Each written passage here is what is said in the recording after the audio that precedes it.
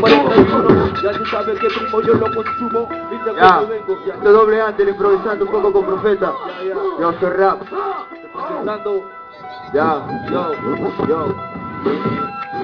Son tus asuntos pendientes, sobrevivientes que no te lo cuenten. Hip hop es lo que se siente, no sé qué te imaginas porque me ves diferente. Son tus problemas, asuntos pendientes, sobrevivientes que no te lo cuenten. Hip hop es lo que se siente, no sé qué te imaginas porque me ves diferente.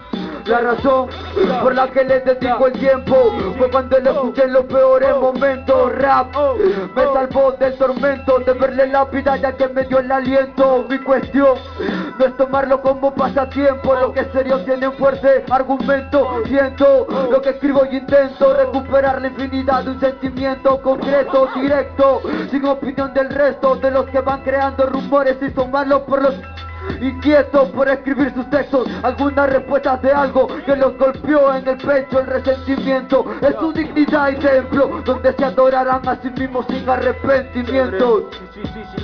Sin arrepentimientos.